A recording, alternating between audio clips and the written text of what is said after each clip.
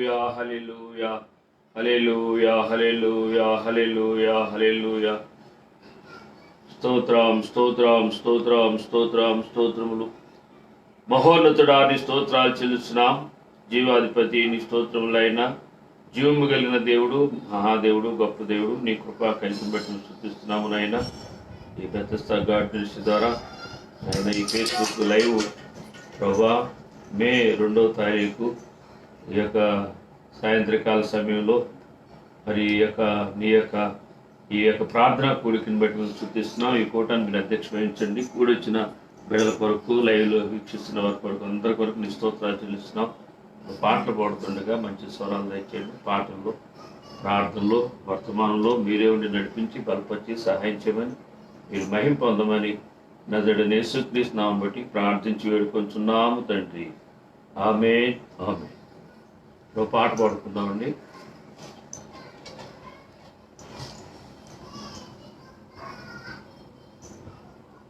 హల్లెలూయా, praise lord.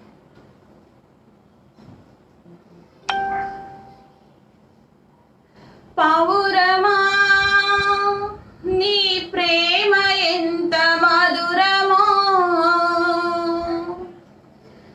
పౌరమా నీ మనసు ఎంత నిర్మలమో,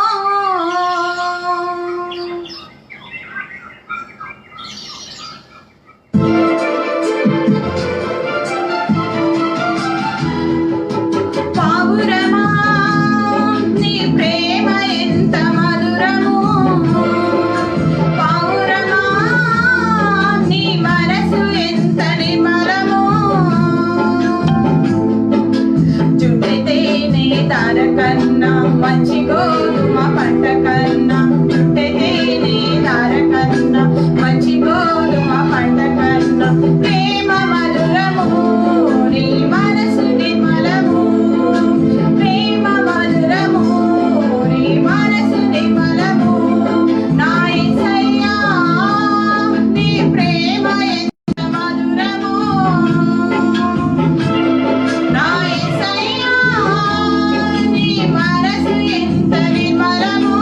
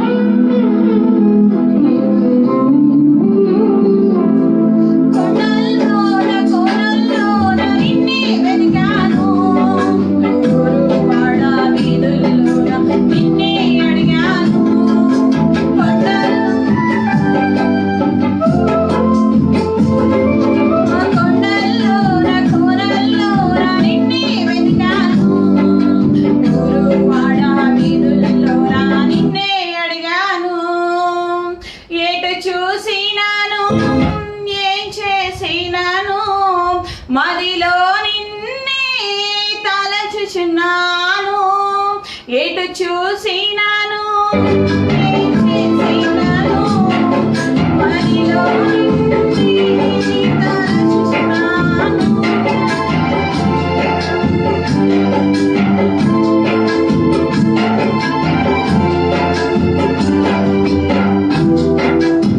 ఒకసారి కనిపించి నీ దారి చూపించవా, ఒకసారి కనిపించి నీ దారి చూపించవా, నా యేసయ్యా నీ ప్రేమ ఎంత మధురమో, నా యేసయ్యా నీ మనసు ఎంత నిర్మలమో, చుట్టెతేనే తార కన్నా మంచి గోధుమ పంట కన్నా, చుట్టెతేనే తార కన్నా మంచి గోధుమ పంట కన్నా, ప్రేమ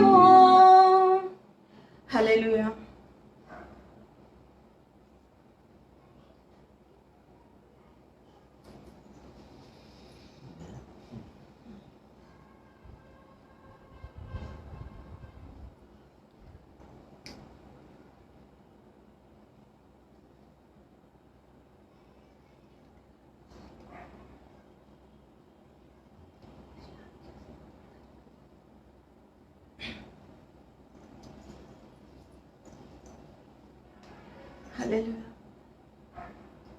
యేసయ్యా నీ కృప నాకు చాలయా, నీ కృప లేనిదే నీ బ్రతుకలేనయ్యా.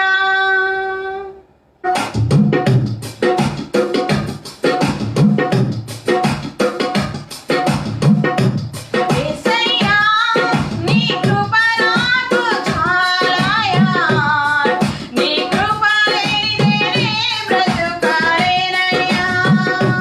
యేసయ్యా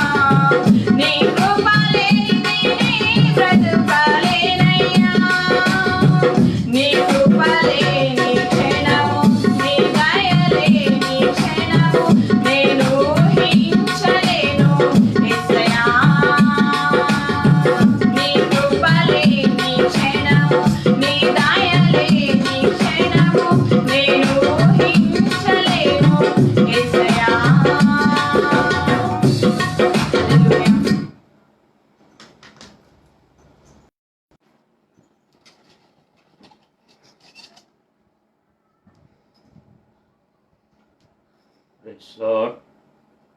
దేవుని గణనామానికి మహిమ కలుగును గాక.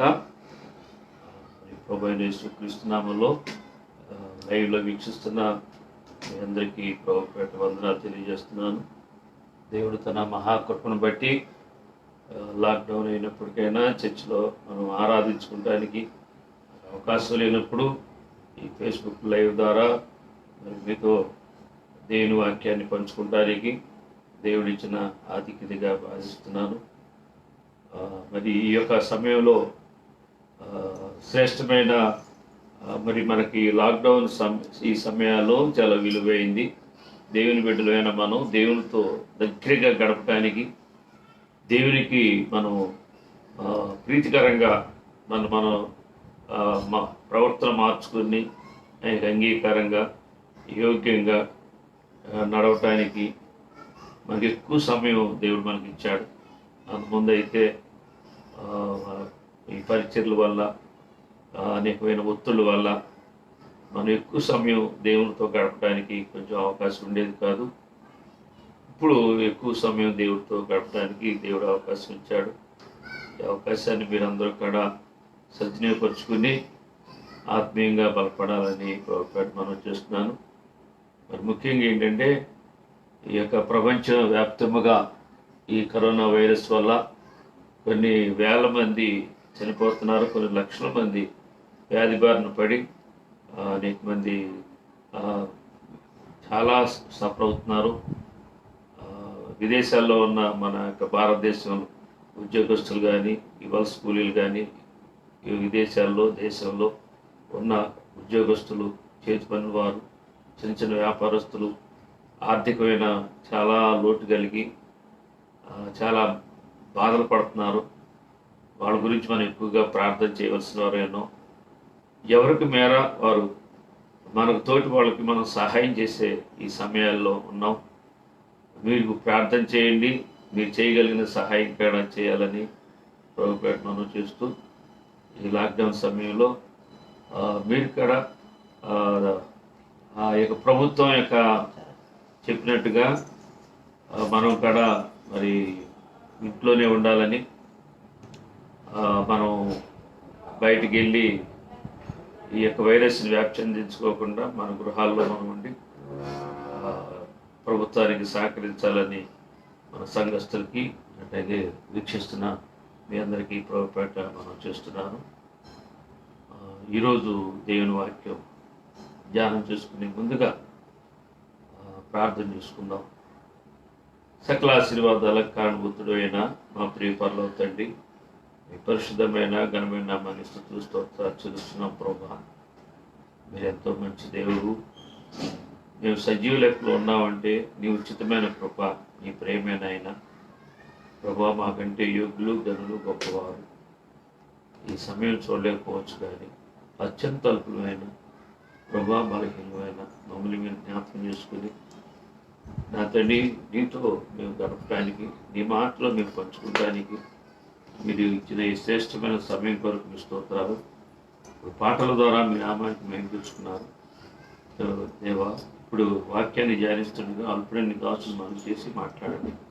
వినగలిగిన చెవులు గ్రహించుకునేవారు ప్రభా, మా అందరికీ మాకు దయచేయమని మీరు మాట్లాడితే మేము బ్రతుకుతాం. మీ మాటల వల్ల ప్రభా మాకు మేలు కలుగుతుంది, కానీ ఒక మనిషి మాట వల్ల ఏ ప్రయోజనం లేదయ్యా. తండ్రి, మీరే మాట్లాడాలని ఆహ్వానిస్తున్నాం.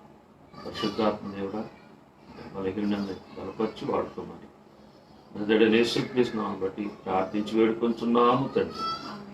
ఆమేన్, ఆమేన్.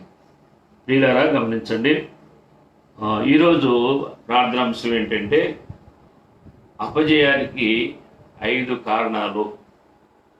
ఓడిపోవటానికి కానీ అపజయానికి కానీ కొన్ని కారణాలు ఉంటాయి. దాంట్లో ఒక 5 కారణాలలో ఒక 2 కారణాలు మనం ధ్యానం చేసుకుందాం ఈ రాత్రి. ఒక కారణం ఏంటంటే ప్రతి మనిషి కాడ మరి మొదటగా నిద్ర అతి నిద్ర అంటే నిద్ర అవసరమే. శరీరీతిగా ప్రతి ఒక్కడు కాడ 7 గంటలు 8 గంటలు నిద్రపోవాలి. అది ఆరోగ్యానికి మంచిది.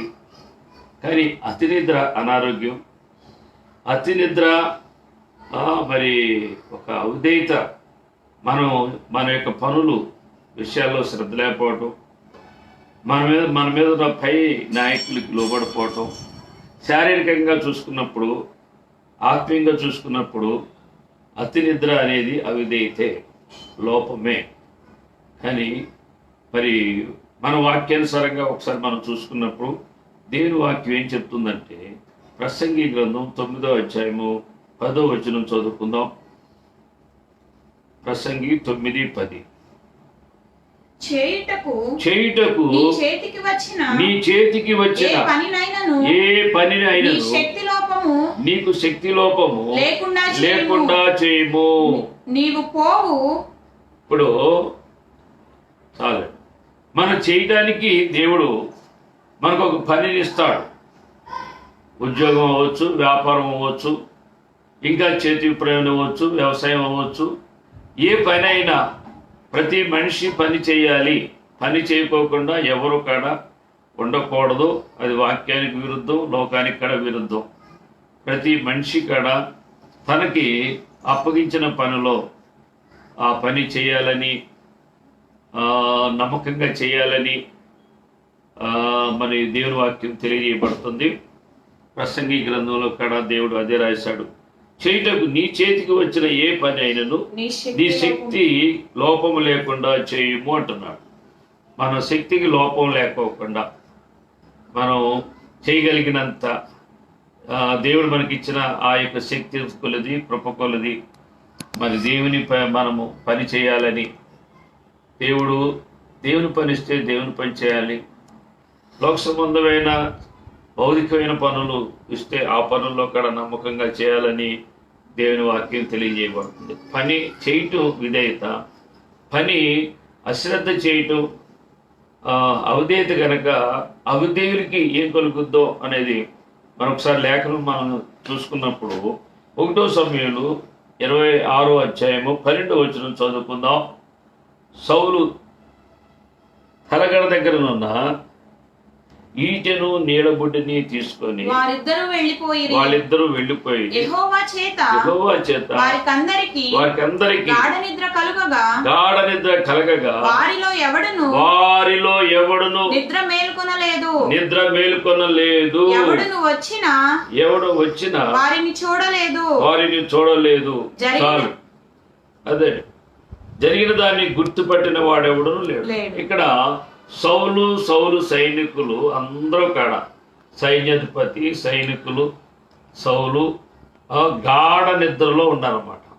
అప్పుడు దావీదు ఆ యొక్క సౌలు దగ్గరికి వెళ్ళి ఆ యొక్క నీళ్ళ బుడ్డిని, ఈటిని తీసుకుని వచ్చేదాకా ఎవరు కాడ, సైన్యాధిపతి అబ్నేరు కాడ ఎవరు కాడ మరి గమనించలేదని ఈ వాక్యం తెలియజేస్తుంది. ఎందుకంటే ఈ సౌలు విషయంలోనూ దావీదు విషయంలో ఎవరు నీతిమంతులో, ఎవరు దేవుని యందు భయభక్తులు కలిగి విధేయత కలిగి ఎవరు ఎలా ప్రవర్తిస్తున్నారో మనకి తెలియజేయటానికి గాను ఈ లేఖనములో మనం చదువుకుంటున్నాం. 1 సమూయేలు 18వ అధ్యాయం 14వ వచనం చదువుకుందాం. మరియు దావీదు సమస్త విషయములలో సుబుద్ధి కలిగి ప్రవర్తింపగా యెహోవా అతనికి తోడుగా ఉండెను. దేవుని స్తోత్రం. ఇక్కడ దావీదు సుబుద్ధి కలిగి నడుచుకుంటున్నాడు, మంచి బుద్ధి కలిగి నడుచుకుంటున్నాడు. ఇక్కడ సౌలుకి దురాత్మ పట్టినప్పుడు ఆ చెరగొట్టున్న ఆ యొక్క సౌలుని ఆ దురాత్మ నుంచి విడిపించటానికి సితారాన్ని చమత్కారంగా వాయించటానికి సౌలు తీసుకెళ్ళినప్పుడు అంతకుముందే గొల్యాతుని జయించిన దావీదు, అలాగే సౌలుకి పరిచయం అయిన తర్వాత ఇక్కడ దావీదుకి సౌలుకి 1000 స్తుతులు, దావీదుకి 10,000 స్తుతులు అని పలికి అని వాళ్ళు పాడి మహింపరుస్తుంటే సౌలు అసూయపడి దావీదుకి మీద విషపు చూపు నిలిపినట్లుగా దావీదుని చంపాలని ఒక కీర్తితో నడుచుకుంటున్నప్పుడు దావీదు సౌలు నుంచి పారిపోయి దూరం పారిపోతున్నాడు. కానీ సౌలు దగ్గర ఉన్నప్పుడు ఎంతో సుబుద్ధిగా నడుచుకోవటం వల్ల దేవుడు తోడుగా ఉండి దావీదుని తప్పించినట్లుగా చూస్తున్నాం. 30 చదువు. ఫిలిష్తీయుల సర్దారులు యుద్ధమునకు బయలుదేరుచు వచ్చిరి. వారు బయలుదేరినప్పుడల్లా దావీదు బహు వివేకము కలిగి ప్రవర్తించుచు రాగా సౌలు సేవకులందరికంటే అతని పేరు బహు ప్రసిద్ధికెక్కెను. దేవుని స్తోత్ర. ఇక్కడ దావీదు ఏమన్నా లోపం అన్న దొరుకుద్దేమో, దావీదుని ఏదో ఒక రకంగా ఇబ్బంది పెట్టాలి, శిక్షించాలి అనుకుని చూస్తున్నాడు. కానీ దావీదు సుబుద్ధిగా నడుచుకోవటంలో, దావీదుకి దేవుడు తోడుండటంలో, మరి ఆ యొక్క తన రాజ్యంలో కూడా పేరు ప్రఖ్యాతులు సంపాదించుకోవటంలో ఇక దావీదు మీద సౌలుకి భయం వచ్చేసింది. ఇక భయపడుతున్నాడు కనుక ఏదో ఒక రకంగా దావీదుని ఇబ్బంది పెట్టి అతను చంపేయాలి అని చూస్తున్నాడు. తన కుమార్తెని ఇచ్చాడు, తన అల్లుడిగా చేసుకున్నాడు. తర్వాత అక్కడ చాలా జాగ్రత్తగా దావీదు వివేకంగా సుబుద్ధి కలిగి నడుచుకుంటం వల్ల ఇక సౌలులో ఉన్న దురాత్మ మాటికి ఇక దావీదుని చంపాలనే యొక్క ప్రయత్నంలో జ్ఞానము కలిగి మెలకుగా దావీదు సౌలు నుంచి తప్పుకుని పారిపోయినట్లుగా దావీదుని వెతకటానికి సౌలు సైన్యము ప్రభుత్వము కానీ సైన్యము కానీ జల్లెడు పెట్టారనమాట. ఎక్కడక్కడ దావీదుని సౌలు పట్టుకోలేకపోయాడు. అక్కడ వాక్యం ఏముందంటే దావీదు దేవుని చేతిలో ఉన్నాడు, సౌలుకి అప్పగించలేదు అని దేవుని వాక్యం తెలియజేయబడుతుంది. ఇక్కడ మనం చదివిన సందర్భంలో ఏంటంటే, ఒక చాట దావీదును తరవుండాకు వచ్చిన సౌలు సైన్యము గాఢ నిద్రపోతున్నప్పుడు అక్కడ దేవుడు దావీదుని సౌలు ఎదురాబోధన పెట్టి వాళ్ళ యొక్క హృదయం యొక్క ఉద్దేశాలని బయలుపరచడానికి దేవుడు ఈ సమయాన్ని ఇచ్చాడు. అక్కడ దావీదు అబ్నేర్తో మాట్లాడుతున్నాడు. 26వ అధ్యాయం 16వ వచనం, 1 సమూయేలు 26:16. నీ ప్రవర్తన అనుకూలము కాదు, నీవు శిక్షకు పాత్రుడివే. యెహోవా చేత అభిషేకము నొందిన నీ ఏలిన వానికి నీవు రక్షణగా ఉండలేదు. యెహోవా జీవము తోడు, నీవు మరణ శిక్షకు పాత్రుడవు. ఆ యొక్క రాజాజ్ఞ ఏంటంటే, ఆ చట్టం వాళ్ళ యొక్క న్యాయ చట్టం ఏంటంటే, రాజుని కాపాడాల్సిన బాధ్యత సైన్యాధిపతికి ఉంది.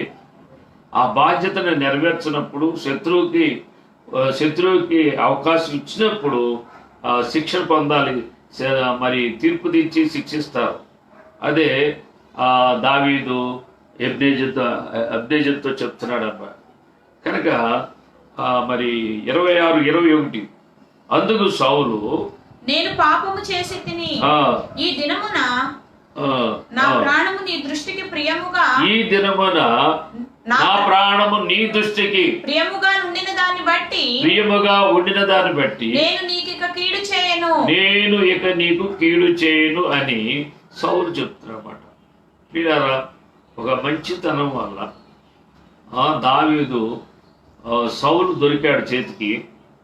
వీటితో అతను చంపేయాలి, శత్రువు ఆ యొక్క పగనే తీర్చుకోవాలి. కానీ దేవుడు అభిషేకించిన ఆ సౌలు రాజుని నేను ముట్టకూడదన్నాడు. ఆ వస్త్రపు చెంగు కోసాడు, దానికి ఎంతో బాధపడుతున్నాడు. రాజు వస్త్రపు చెంగుని నేను కోసాను, రాజు అభిషేకించిన రాజుని నేనేమి ముట్టకూడదు అని చాలా బాధపడుతున్నట్లుగా దేవుని వాక్యం రాయబడింది. ప్రియులారా, కనుక దావీదు నీతి ఏంటో, సౌలు నీతి ఏంటో దేవుడు ఇక్కడ మనకి తెలియజేస్తున్నాడు. 25వ వచనం, నాయన నీవు ఆశీర్వాదం పొందుదువు గాక.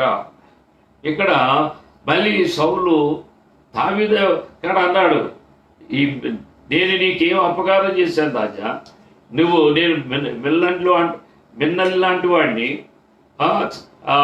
నన్ను నువ్వు తరుముతున్నావా అని చెప్పినప్పుడు మళ్ళీ సౌలు అంటున్నాడు, సౌలు దావీదా నాయన నీవు ఆశీర్వాదం పొందుదువు గాక, నీవు ఘనకార్యములను పూనుకొని విజయమునందుదువు గాక అని దావీదుతో అనెను. అప్పుడు దావీదు తన మార్గమున వెళ్ళిపోయెను, సౌలు తన స్థలమునకు తిరిగి వచ్చెను. అదండి వీళ్ళరా గమనించండి, ఇక్కడ దావీదు మరి దేవుని మనసు, ఆ యొక్క దావీదు యొక్క మంచితనానికి, దావీదు సౌల్ని చంపటానికి అవకాశం వచ్చినప్పుడు కొన్ని సంవత్సరాలుగా సౌలు వెంబడిస్తూ ఎంతో బాధ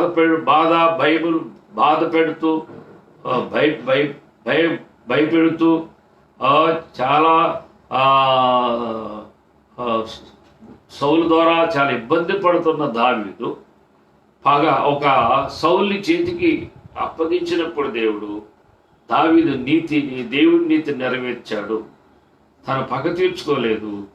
కనుక సౌల్లో దేవుడు దురాత్మ పోయి దేవుని ఆత్మ సౌల్లోకి వచ్చి ఒక మంచి ఆశీర్వాదాన్ని పలికాడనమాట.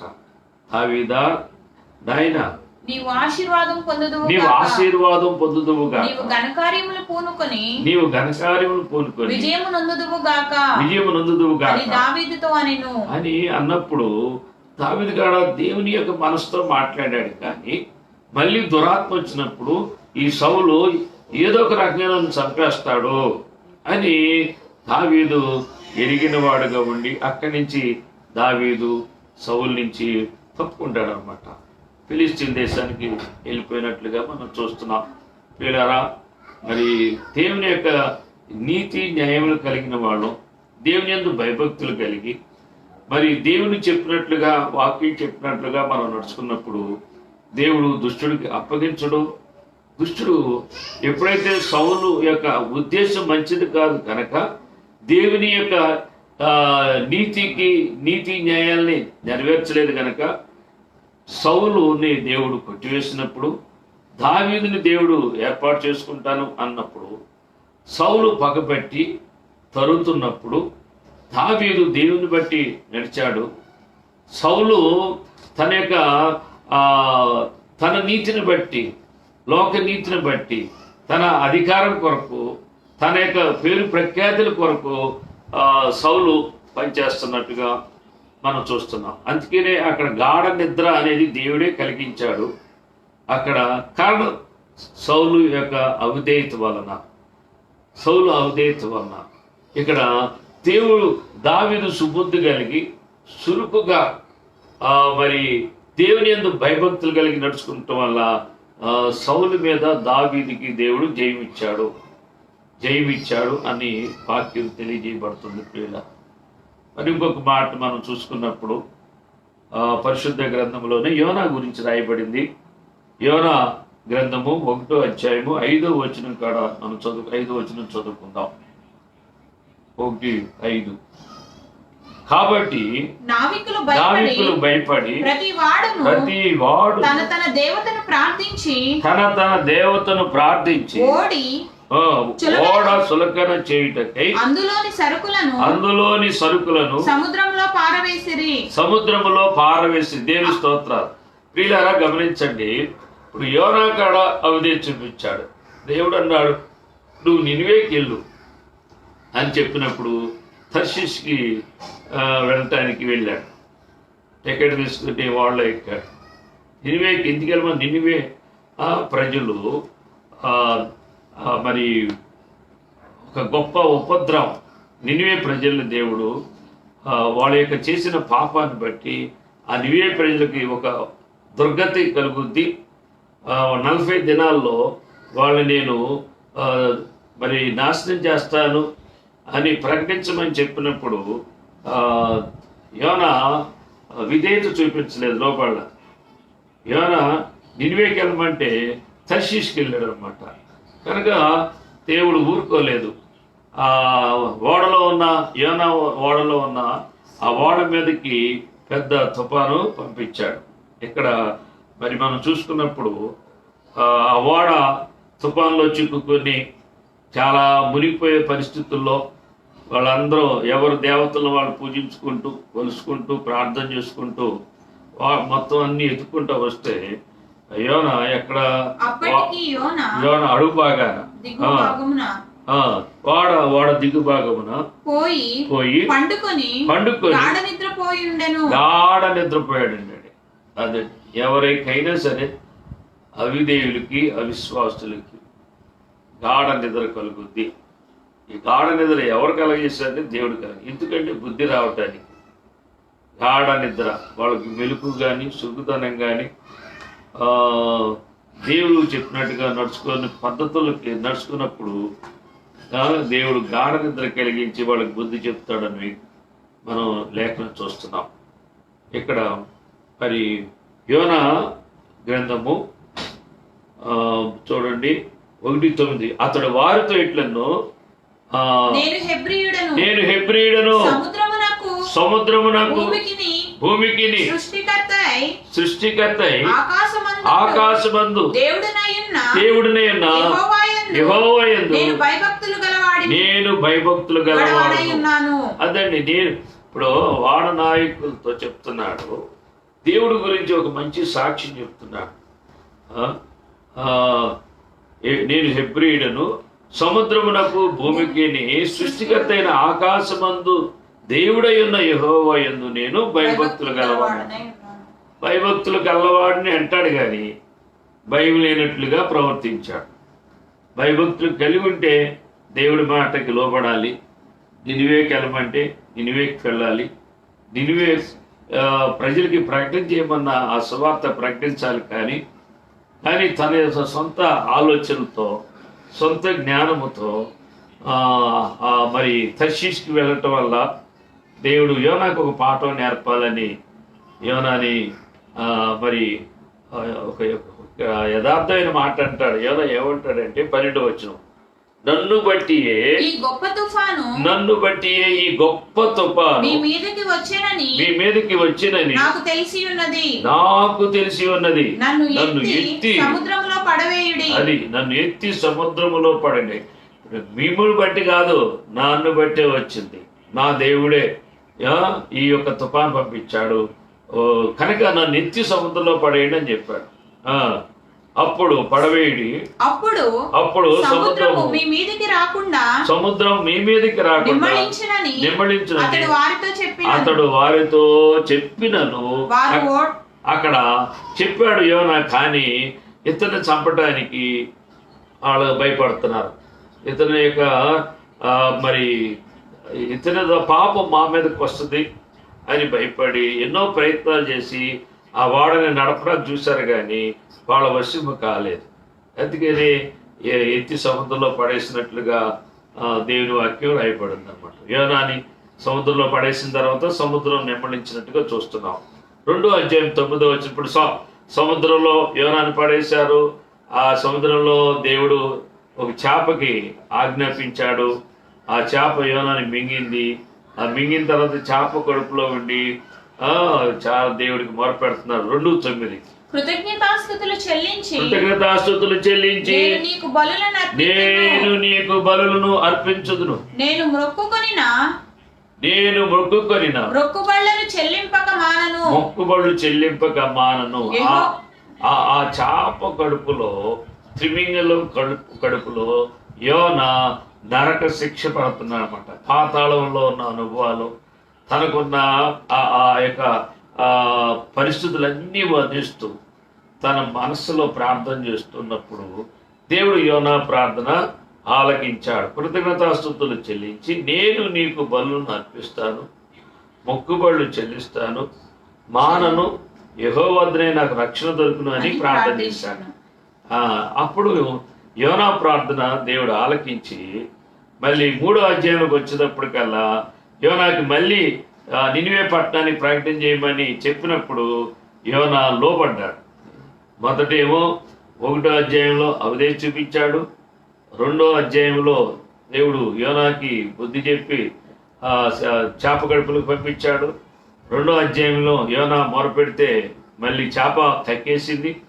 మళ్ళీ నినివే పట్టణానికి వెళ్ళి ప్రకటించమని చెప్పినప్పుడు 3వ అధ్యాయం 10వ వచనం, ఈ నినివే వారు తమ చెడు నడతలను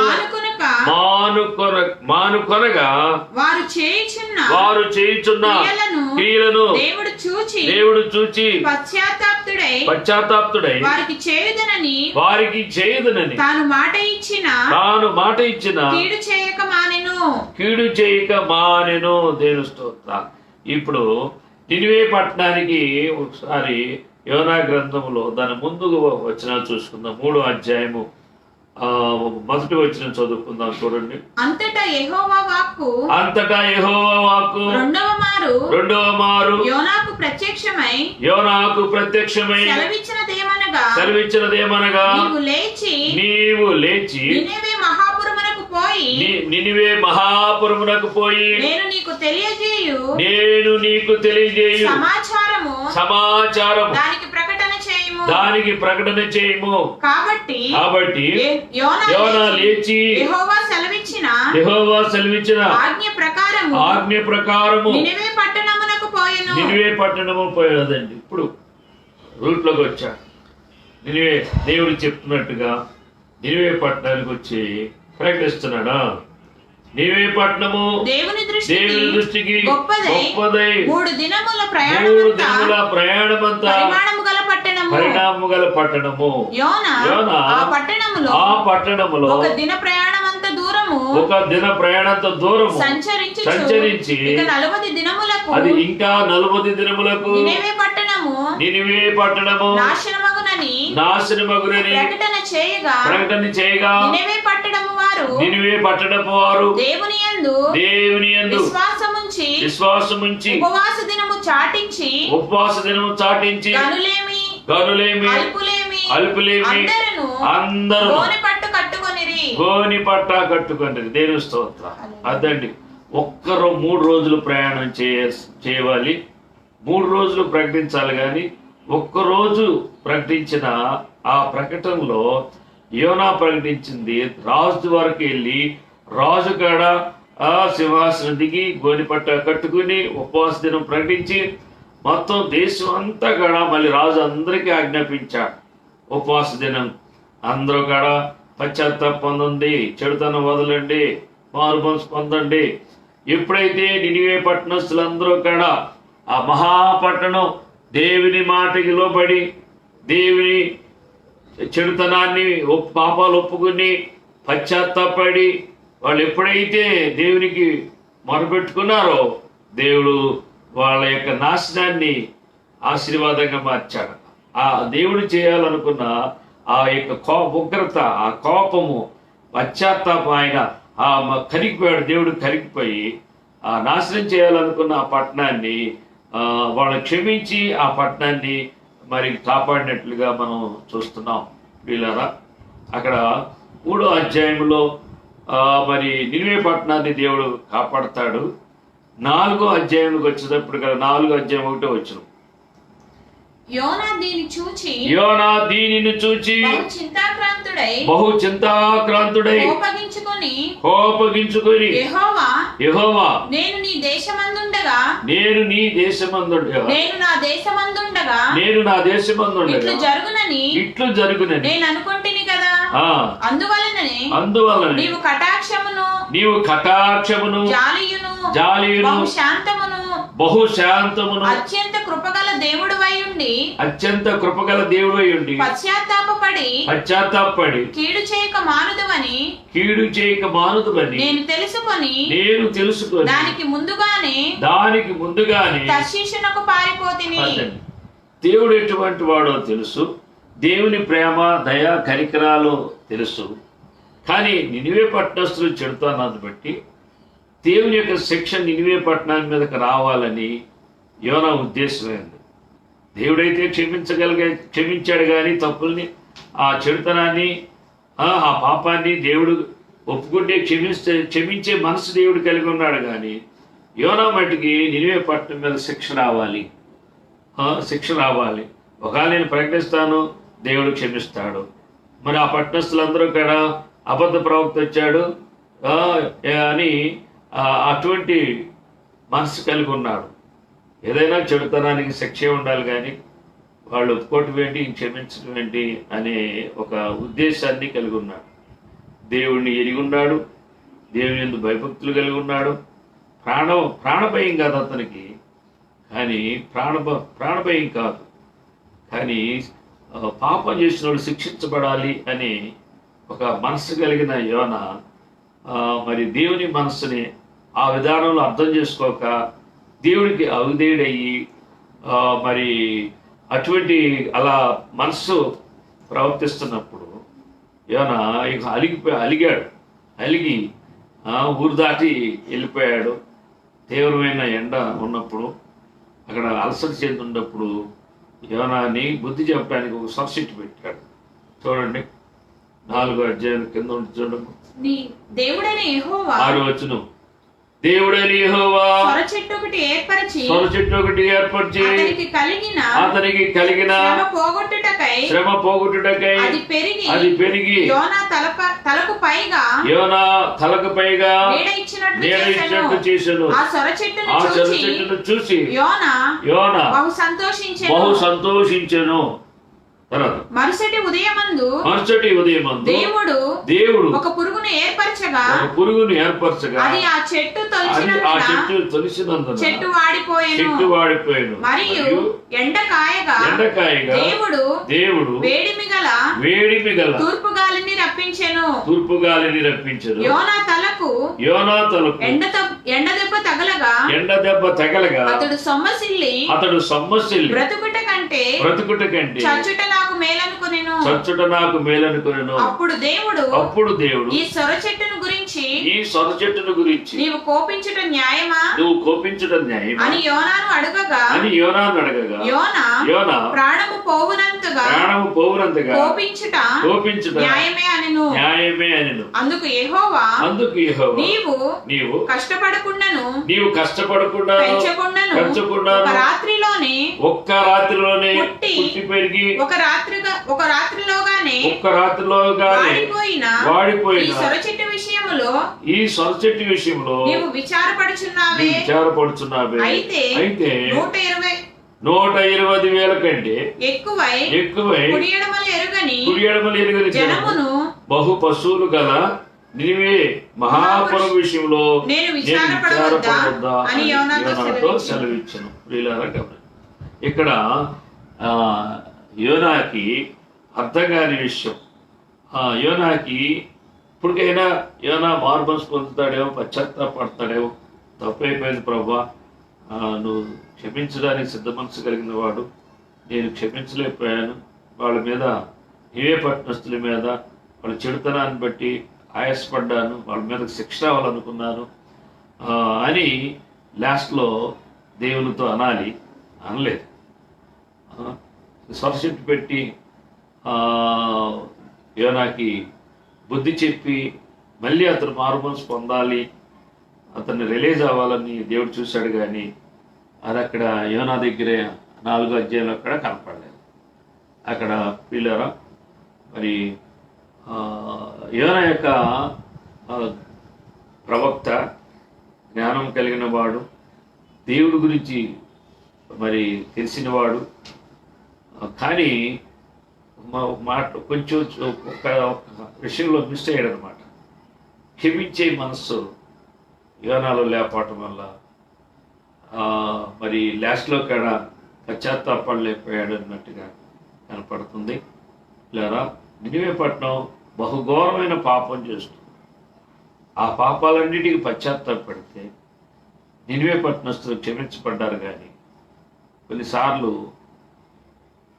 భక్తి చేస్తున్న మనం, దేవుడి దగ్గరగా ఉన్న మనం ఒకవేళ దేవుడిచ్చిన కృపావరాలు కలిగి ఉన్నా కానీ యోన లాంటి ప్రవర్తన, యోన లాంటి అవిధేయత, అజ్ఞానం, అటువంటి మనస్సు మనం ఒకసారి దేవుడికి దూరంగా తీసుకెళ్ళిపోవచ్చు. కనుక మనం పాపి పశ్చాత్తాపడితే ప్రభు క్షమించి రక్షిస్తాడని ఈ నినివే పట్టణస్థులు విషయంలో దేవుడు ఎంతో తన మనస్సుని సృష్టిపరిచాడు. ఇలా గమనించండి, దేవుడు ఎంతో మంచి దేవుడు. ఇక్కడ యోనా 5:12 యోనా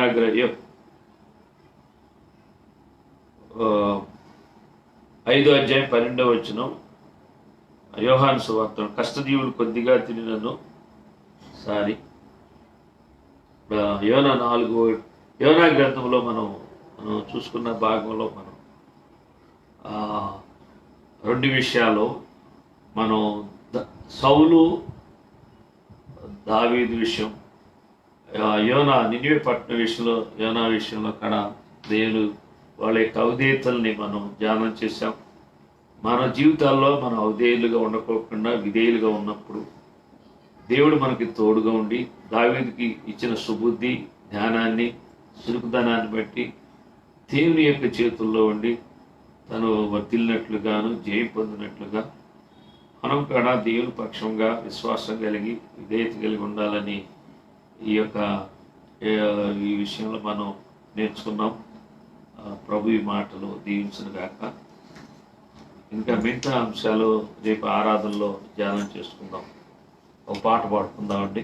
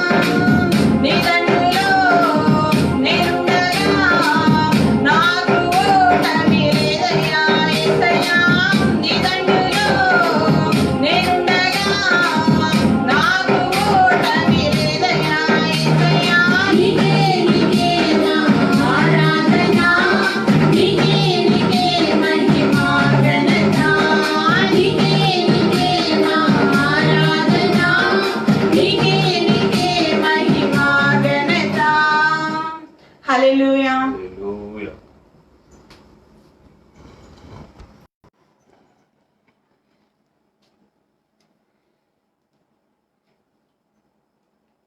దేవుని ఘననామానికి మహిమ కలుగును గాక. ఈ లైవ్లో వీక్షిస్తున్నా మీ అందరికీ ప్రభుపేట వందనాలు తెలియజేస్తున్నాను.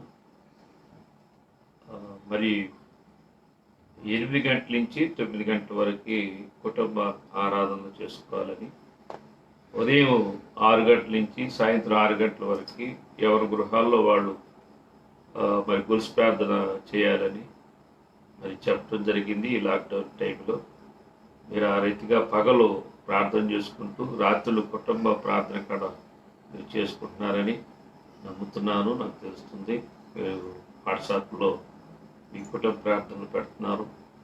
మీకు వందనాలు తెలియజేస్తున్నాను. రేపు ఉదయం 11 గంటలకి పరిశుద్ధ దినం ఆదివారం నాడు ఉదయం 11 గంటలకి ఫేస్బుక్ లైవ్ కార్యక్రమం ఉంటుంది.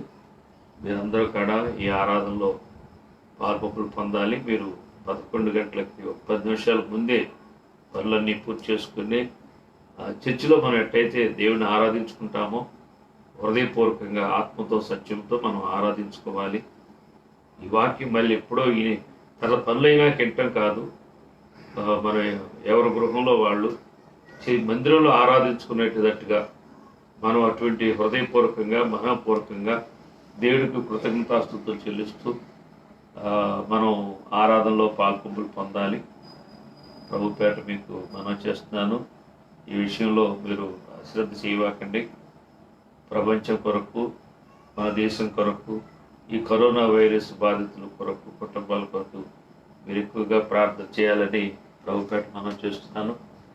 ఈ ఫేస్బుక్ లైవ్ కార్యక్రమాల కొరకు కూడా నా కొరకు, నా కుటుంబం కొరకు, మన సంఘ బిడ్డలందరి కొరకు కూడా మీ అందరిని ప్రార్థనలో జ్ఞాపకం చేసుకోమని ప్రభుపేట మనం చేస్తున్నాను. మనందరం ప్రార్థన చేసుకుందామండి. కనులు వేయండి. మహాపరిశుద్ధుడు అయిన మా ప్రియ పరలోక తండ్రి, మీ పరిశుద్ధమైన ఘనమైన నామాన్ని స్తుతులు స్తోత్రాలు చెల్లిస్తున్నాం. ప్రభువా, ఈ యొక్క మే మాసము 2వ తారీఖు శనివారం ఈ యొక్క లైవ్ కార్యక్రమంలో ప్రభువా మరి నాయన మీరు మాతో మాట్లాడిన విధానాన్ని బట్టి మేము స్తుతిస్తున్నాం. ప్రభువా నాయన సౌలు యొక్క అవిధేయత, యోనా యొక్క అవిధేయతలు మాకు ప్రభువా జీవితాలని మా ముందు తేటతెల్లముగా పెట్టారు. వారి జీవితాల్లో ఉన్న విధేయత అపజయాలు మేము కూడా పరిశీలించుకుని మా జీవితాల్లో కూడా దేవుని వాక్యానికి దేవుని యొక్క నీతికి మేము ఎప్పుడైనా అవిధేయత చూపిస్తే మాకు కూడా అయినా గాఢ నిద్ర లాంటి మత్తు లాంటి పాప మోసంలో పడిపోయే పరిస్థితులు ఉంటాయి కనుక ప్రభా మేము విధేయులుగా ఉండి ప్రభా మీ ఆత్మ మెలుపు కలిగి మేము దావీదు సుబుద్ధి కలిగి ఎలా ప్రవర్తించాడో అలా ప్రవర్తించేటట్టుగా మీరు మాకు సహాయం చేయమని ప్రార్థన చేస్తున్నాం. లైవ్లో వీక్షిస్తున్న ప్రతి బిడ్డని దీవించి ఆస్వాదించండి. వారి కుటుంబాలను మీరు ఆస్వాదించండి. వారి యొక్క పరిస్థితులన్నింటిలో మీరు తోడుగుండి సహాయం చేయండి. ప్రపంచ దేశాలన్నీ ఈ యొక్క కోవిడ్-19 ఈ వైరస్ ఈ తెగులు ప్రభా ఎవ్వరు భయంతో ఉన్న ప్రజలకి ధైర్యపరచండి. ఆ తెగుల్ని చిడిపించండి. ఆ దేశ ఆర్థికాభివృద్ధిని ఆ ఆర్థిక పరిస్థితులన్నింటిలో కూడా మీరు సహాయం చేయమని ప్రార్థన చేస్తాం. మా భారతదేశాన్ని మా ప్రజల్ని అందరినీ దీవించి ఆస్వాదించండి. నాయనా ప్రభా మరి నాయనా నీ స్తోత్రాలు. ఈ వైరస్ తెగులు బారి నుంచి పూర్తిగా మీరు విడిపించండి.